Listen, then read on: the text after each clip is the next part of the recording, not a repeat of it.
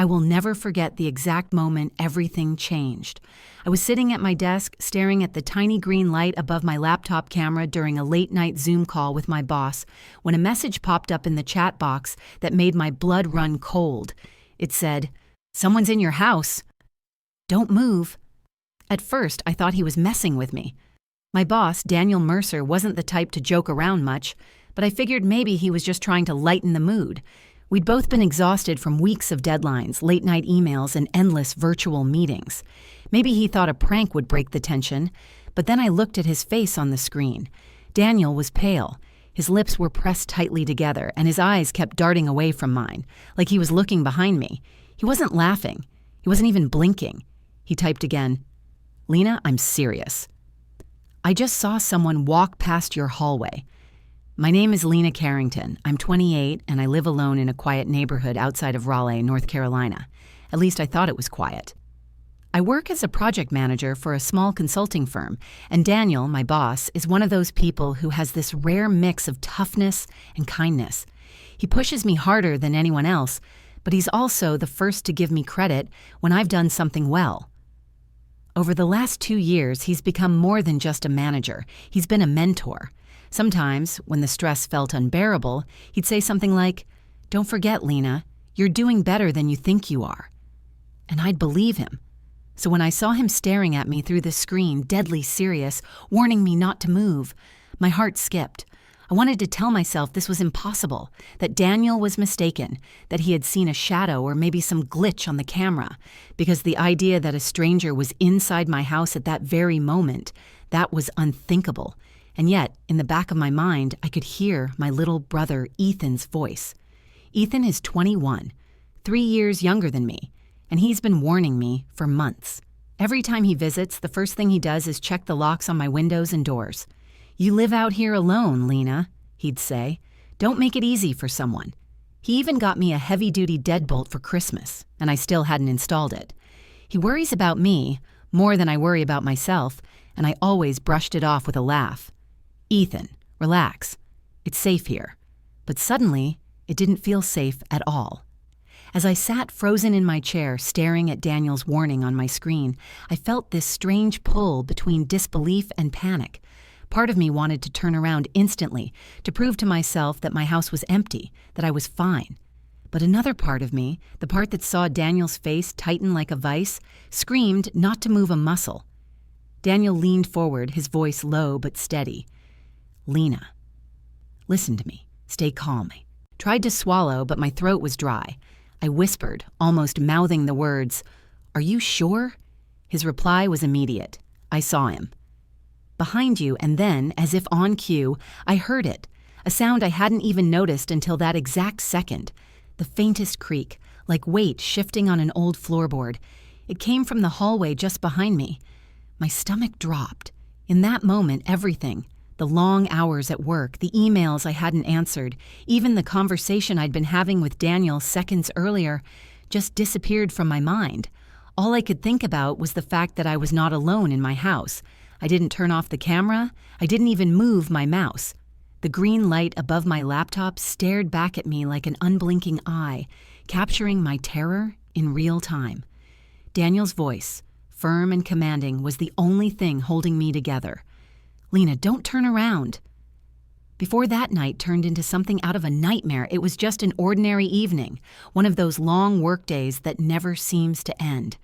I remember sitting at my desk with a lukewarm cup of coffee beside me, my second one of the day. The walls of my little house felt closer than usual, like they were pressing in on me. That's what happens when you've been working from home for too long. You start to lose track of time, of days, of the little details of life that used to break things up. I had logged into a Zoom call with my boss, Daniel Mercer, for what was supposed to be a quick project check-in. It was already after 8 p.m., and I hadn't even bothered changing out of my sweatshirt. My hair was pulled into a messy bun, and I kept adjusting my webcam to hide the stack of laundry sitting on the couch behind me. Professionalism only goes so far when you live and work in the same space. Daniel, though, he looked as put together as always. Mid-40s, crisp button-down shirt, the kind of posture that screams confidence even through a laptop screen. He has this way of commanding respect without being intimidating. which is rare in a boss. When I first started working for him 2 years ago, I was terrified I'd never measure up. But over time, he became more than just the person I reported to. He became someone I trusted, someone who believed in me, even when I doubted myself. That trust meant something, because my job wasn't easy. I'm a project manager at a small consulting firm, which means I spend most of my days juggling timelines, calming anxious clients, and making sure no one drops the ball. The truth is, I'd been working harder than ever lately. There was this big client we'd been chasing for months, and Daniel had put me in charge of leading the pitch. If we landed it, it would mean a promotion, something I'd been dreaming about for years.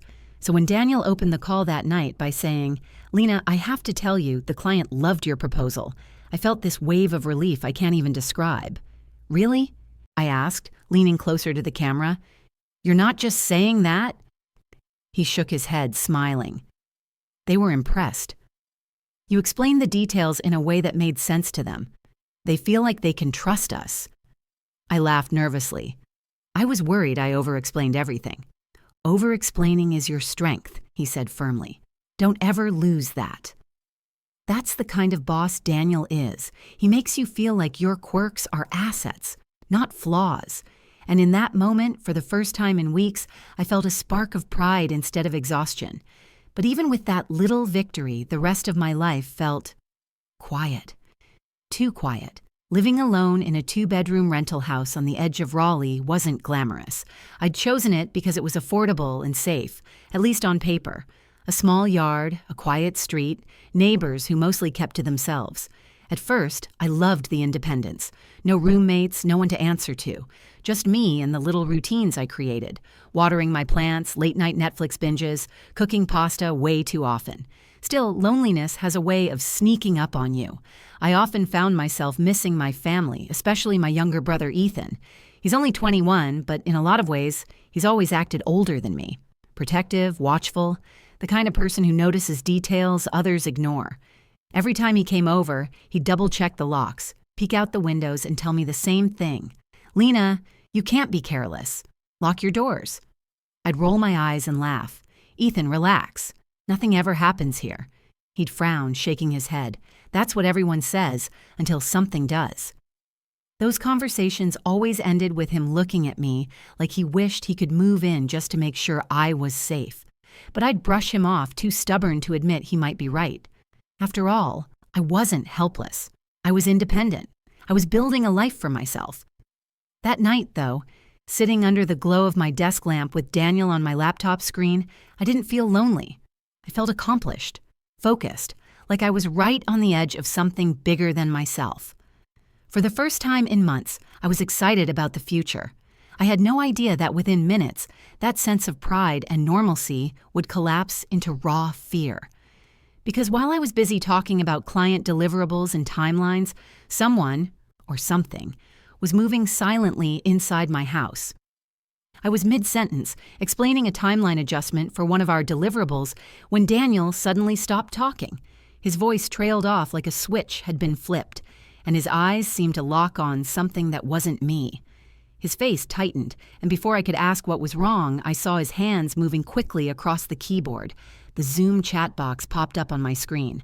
One short sentence, but enough to freeze every muscle in my body. "Someone's in your house. Don't move." At first, I thought I'd misread it. I blinked, leaned closer, my heart thudding against my ribs. My hands hovered over my keyboard, trembling as I typed back, "What?" His reply was instant. "I saw someone behind you." In the hallway, a nervous laugh slipped out of me, the kind that comes when you're trying to shake off something too absurd to believe. "Very funny, Daniel," I said out loud, my voice cracking. But he didn't laugh. His tone was deadly serious when he whispered, "Lena, I'm not joking." The air in the room suddenly felt heavier. I froze in my chair, every instinct screaming at me to turn around to prove him wrong, to look over my shoulder and see nothing but the blank beige wall and the hallway leading to my bedroom. But something in Daniel's expression stopped me. His face was pale, his eyes wide, his jaw clenched so tight it looked painful. Then I heard it, a sound so faint I thought for a second I was imagining it, a soft creak, like the weight of a foot pressing down on an old wooden floorboard. It came from the hallway. The hallway Daniel had just mentioned. My body went cold. I kept my eyes locked on the laptop screen, my hands gripping the armrests of my chair so hard my knuckles turned white. Daniel leaned closer to his camera, his voice firm and low. "Lena, stay calm. Don't move. Don't turn around. I don't—" My voice shook so badly I couldn't finish the sentence. "You're not alone," he cut in. "I saw him." Every logical part of my brain wanted to reject it, wanted to scream that this was impossible. I'd locked the door. I'd locked it, hadn't I? Doubt sliced through me like a knife. That memory of Ethan checking my locks, scolding me for forgetting, replayed in my head. What if tonight I'd been careless? I sat there, motionless, listening. My house, once a comfort, now felt like a stranger's. The hum of the refrigerator in the kitchen sounded sinister, the ticking of the wall clock unbearably loud. Every small noise became a threat. I typed quickly into the chat. "What do I do?" Daniel's response came. "Stay on the call. Don't draw attention. Keep breathing." My chest tightened as I inhaled slowly, trying to quiet the tremor in my hands. The longer I sat there, the clearer the sounds became. Another creak, then a faint shuffle, like fabric brushing against the wall. Someone was in my house. I couldn't see them, but I could feel it. An undeniable presence, the kind of sensation that crawls across your skin and makes the hair on your arms stand up. Daniel's voice came through again, sharper this time. "Lena, you need to trust me." I swallowed hard, nodding even though my voice barely worked. "I trust you." The chat box pinged again. "Don't speak too loudly. Don't let them know you know." That thought terrified me more than anything. Whoever was in my house didn't know I was aware of them. Not yet. If I moved wrong, if I turned around too fast, I could give myself away. My ears strained, every nerve tuned to the hallway behind me. I thought of Ethan again, how he always insisted the world wasn't as safe as I believed, how I always brushed him off. I wanted him there now, more than anything. My little brother. The one person who would know what to do. But it wasn't Ethan behind me. It was a stranger.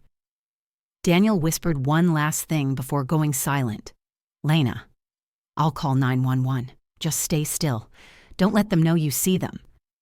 And then I felt it. The distinct shift of air, like someone had moved closer. I didn't dare turn my head, but in the corner of my laptop screen I thought I saw it. The faintest blur, a shadow stretching across the floor just behind me. My blood turned to ice. My body felt paralyzed. My eyes stayed glued to the glow of my laptop screen as though Daniel's face was the only safe thing left in the world. His voice was steady, low, commanding. "Stay calm, Lena. I'm calling 911. I nodded automatically, barely breathing. My pulse thundered in my ears. My brain kept screaming at me to move, to run, to do something. But I knew that one wrong move could mean everything. Then came another sound. This time, it wasn't faint. It was deliberate. A slow, dragging step against the floorboards of my hallway. My whole body tensed. Whoever was in my house wasn't trying to be silent anymore. They were closer. I thought about Ethan, how he always warned me to take safety seriously. "One day, you're going to wish you listened, Lena." His words echoed in my head, and for the first time, I wasn't annoyed by his paranoia. I was desperate for it. If he were here, he'd already be planning, strategizing. He wouldn't be frozen in fear like me. I leaned forward slightly, whispering into my mic, "Daniel, what if they come in here?" "What do I do?" Daniel's expression hardened. "You need to find a way to protect yourself." Quietly. "Don't let them hear you." My eyes darted around my desk. Pens and notebook, my coffee mug, nothing that would help. Then I thought of the bedroom. Inside, next to my nightstand, I kept a heavy lamp. It wasn't a weapon, but it was solid, heavy enough to swing. The problem was getting there. To reach my bedroom, I had to go straight down the same hallway where the footsteps had come from. Another sound, this time a soft scrape, like fingers brushing along the wall. My breath hitched. I typed into the Zoom chat, hands shaking so badly the letters blurred. "They're closer. I can hear them." Daniel's reply came fast. "Don't panic. Police are on their way. You need to move now, Lena. Quietly. Before they reach you, move. The very thing he told me not to do before. The very thing I was terrified of. I sat there, torn. Stay frozen and hope the police made it in time, or take a chance and move, knowing every step might give me away. My stomach knotted, but deep down, I knew I couldn't just sit there and wait. If the yummy intruder came through the door to my office, I'd have nothing. No way to fight back. I inhaled slowly, forcing myself to make a choice. Okay, I whispered into the mic. I'll go. Daniel's voice softened but stayed firm. You're brave, Lena. Stay low. Move slow. Don't run unless you have to. I slid my chair back millimeter by millimeter, wincing at the tiny squeak of the wheels against the floor. My eyes flicked toward the laptop screen, where Daniel raised a hand, motioning for me to stay calm. I unplugged my headset, letting the faint sound of his voice fill the room through the laptop speakers. Somehow, hearing him without the headset made me feel less alone. I crouched, heart hammering, and began to creep toward the hallway. Every step felt like walking on glass. The floor creaked beneath me, and I froze, listening. Silence. Then, a shuffle, further down the hallway. They were moving too. Keep going, Daniel whispered. I pressed my back against the wall, inching forward until I reached the edge of the hallway. From where I stood, I could see the faint outline of the intruder's shadow stretching across the floor, tall and distorted. My mouth went dry. The bedroom was just a few feet away, my safe zone. If I could just make it there, lock the door, grab the lamp, maybe I'd stand a chance. I whispered into the air, more to myself than to Daniel. I can do this. I have to. My legs shook as I stepped forward, hugging the wall, praying the intruder couldn't hear the pounding in my chest. I reached my bedroom doorway, fingers trembling as I wrapped them around the knob. Slowly, carefully, I slipped inside and closed the door behind me, turning the lock with the softest click. For the first time since the message appeared, I let out a shaky breath. My hands darted for the lamp on my nightstand, clutching it tightly. The cool metal base pressed into my palm like a lifeline. I wasn't safe yet, but for the first time, I wasn't helpless either. The lamp felt impossibly heavy in my hands, its cord dragging across the carpet like a snake. I gripped the base tighter, forcing my breath into shallow, controlled bursts. My bedroom was small, but in that moment, it felt like both a sanctuary and a cage. From the other side of the door came a sound I'll never forget. The slow twist of the doorknob. Metal rattling against metal. The intruder was trying to get in. I pressed my back to the wall beside the door, raising the lamp above my shoulder, ready to swing the second it opened. My arms shook, not from the weight, but from the adrenaline burning through me. Daniel's voice, faint but steady through the laptop speakers I'd left in the other room, carried into the silence. Police are almost there, Lena. Hold on. But the intruder wasn't waiting. The doorknob rattled harder, then stopped. For a brief second, the silence was worse than the noise. Then came the sound of footsteps moving away, retreating, down the hallway. I exhaled, my grip loosening. Maybe he was leaving. Maybe the sirens scared him off. But before relief could settle in, the footsteps returned, heavier this time, running straight at the door. The impact shook the frame. The entire door shuddered as he slammed against it. I screamed, throwing my weight against it, holding the lock in place as the wood groaned under the pressure. He hit it again, harder, and I staggered back. "Get away!" I shouted, my voice breaking. The intruder didn't answer. Instead, the lock gave a sickening crack. The door flew inward, and for the first time I saw him, a tall figure in black, his face hidden behind a ski mask. His shoulders filled the doorway, and for a heartbeat, I was too stunned to move. Then instinct took over. I swung the lamp with everything I had. The metal base connected with a dull thud against his forearm as he raised it to block. He grunted, stumbling slightly, but he kept coming. I swung again, wild and desperate, catching him on the side of the head. The lamp slipped from my sweaty hands and crashed to the floor. We collided, his weight slamming me against the dresser. My vision blurred as the breath rushed out of me. His gloved hand clamped around my arm, pinning me. "Let go!" I screamed, thrashing. My hand darted toward the nightstand, knocking over a glass of water in the process. My fingers closed around the sharp shards, and without thinking, I jabbed one toward him. He cursed, jerking back as the glass cut across his sleeve. It wasn't deep, but it was enough. I shoved him with all my strength, stumbling toward the corner of the room. My knees buckled, but I refused to fall. From somewhere outside, faint but growing louder, came the sound of sirens. Hope surged in my chest. The intruder heard them too. His head snapped toward the window, and in a blur he bolted past me, knocking over the dresser as he fled. I heard the crash of the front door as it slammed open, then heavy boots pounding down the hallway. I collapsed to the floor, clutching my knees to my chest, trembling so violently I thought I might shake apart. The lamp lay shattered beside me, its cord tangled like a dead snake. My breaths came in ragged gasps, the adrenaline still surging, my body frozen in shock. "Lena!" Daniel's voice came from the laptop in the other room, desperate. "Lena, are you there?" I couldn't speak, couldn't move. The sirens were deafening now, red and blue lights flashing through the cracks of my blinds. Within moments, voices thundered through the house. "Police! Drop it! Hands where we can see them." Footsteps pounded, officers flooding inside. I heard shouts, a struggle, and then silence. An officer pushed open my bedroom door carefully, his flashlight cutting across the wreckage. His voice softened when he saw me curled against the wall. "You're safe now." "We've got him safe." The word barely registered. I sat there clutching my knees, rocking, slightly, unable to process that it was over. Daniel's voice still echoed faintly from the laptop. "Lena, please answer me." For the first time since the nightmare began, I let myself breathe. It was over, but I knew I would never forget the image of that masked figure filling my doorway, or the way it felt when the doorknob first rattled. When the officers finally cleared the house and told me it was safe, I felt like I'd just woken up from a nightmare. Except it wasn't a nightmare. The shattered lamp at my feet, the overturned dresser, and the bruise forming along my arm all proved this had been real. They told me they'd caught him, the intruder. A man dressed in black, carrying nothing but gloves and a knife tucked into his waistband. He hadn't said a word the entire time. Not during the chase. Not when they cuffed him. Not even when they asked why he'd targeted me. That silence was almost more terrifying than anything else. I sat on the edge of my bed while an officer asked me questions, writing notes on a clipboard. My answers came out shaky and scattered. Half the time, I couldn't even remember what I'd heard or seen.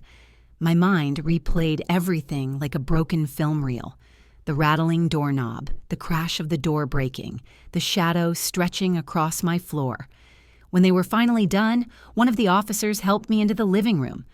My laptop was still open on the desk, the Zoom call still running. Daniel's face filled the screen, and when he saw me, his expression shifted from fear to relief, so fast his voice cracked. "Lena, thank God. Are you okay?" I nodded, tears spilling down my face for the first time that night. I don't know, but I'm alive." Daniel exhaled, running a hand through his hair. "I've never been so scared in my life." "You did everything right. You stayed calm. You fought back. You're stronger than you realize." Hearing that broke me all over again, but in a different way.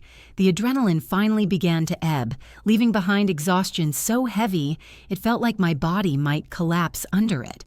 The officers eventually left, promising extra patrols through the neighborhood, but I couldn't stand to be in that house alone. So I called the only person I knew would drop everything for me, my brother, Ethan. When he answered, his voice was groggy. "Lena? It's midnight. What's wrong?" The moment I tried to speak, my throat closed. I couldn't form words, only broken sobs.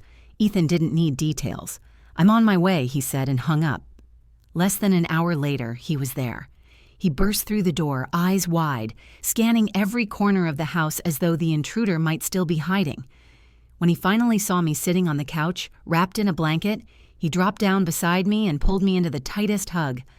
"I told you about those locks," he said softly, almost like a reflex. I laughed through my tears, shaking my head. "Yeah, you did, but..." There was no judgment in his voice, just relief. Relief that I was alive. Relief that he hadn't lost his sister. That night, Ethan refused to leave. He dragged a chair into the hallway and sat guard while I tried to sleep, though my eyes stayed open for hours. Every creak of the house, every passing car outside, jolted me awake. But somehow, knowing he was there made it bearable. In the days that followed, I couldn't shake the feeling that my home wasn't really mine anymore.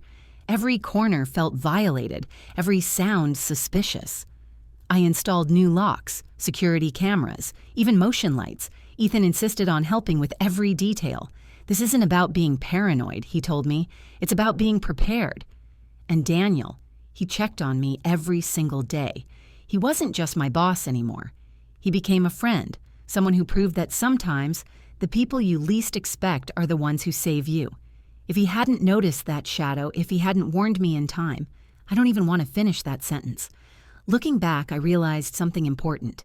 We all live with this quiet belief that danger is distant, that terrible things happen to other people, in other places, in headlines we scroll past. That belief makes us careless. It made me careless. That night taught me how fragile safety really is, how quickly everything can change. One minute I was celebrating a career victory, laughing with my boss. The next, I was clutching a lamp like a weapon, fighting for my life. The scariest part wasn't the intruder himself. It was how easily I almost ignored the warning. How my first instinct was to laugh, to dismiss it as a prank because I couldn't accept that it might be real. So if there's one thing I want people to take from my story, it's this. Trust your instincts. Lock your doors. Listen to the people who care about you, even when you think they're being overprotective. And never, ever assume you're too safe for danger to find you. Because the truth is, danger doesn't always knock. Sometimes it slips quietly into your home while you're on a Zoom call, waiting for the moment you least expect. And that's the night I'll never forget. The night a simple Zoom call turned into a fight for my life. If there's anything I've learned, it's this. Danger doesn't always come crashing in with warning signs. Sometimes it lurks in silence, waiting until you least expect it. I trusted my instincts too late, and I'll never make that mistake again. If this story gripped you, made you hold your breath, or made you think twice about your own safety, then please like this video. It helps more people find it. I'd love to hear your thoughts, so drop a comment below. What would you have done if you were in my shoes? And don't forget to subscribe to the channel for more true story-inspired thrillers like this one. Your support keeps me going, and it means you'll never miss the next story that will keep you on the edge of your seat. Stay safe, trust your gut, and I'll see you in the next video.